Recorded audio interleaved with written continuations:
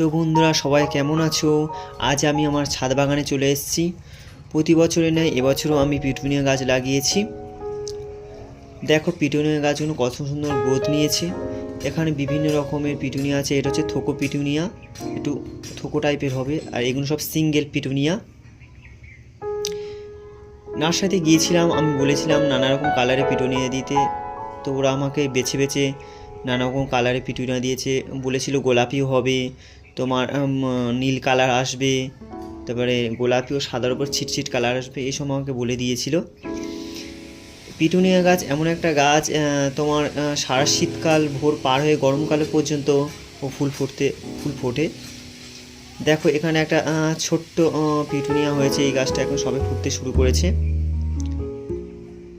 তো তোমাদেরও ছাদ বাগানে কেমন গাছ করেছো আমাকে অবশ্যই কমেন্টে জানাবে। আর ভিডিওটা কেমন লাগলো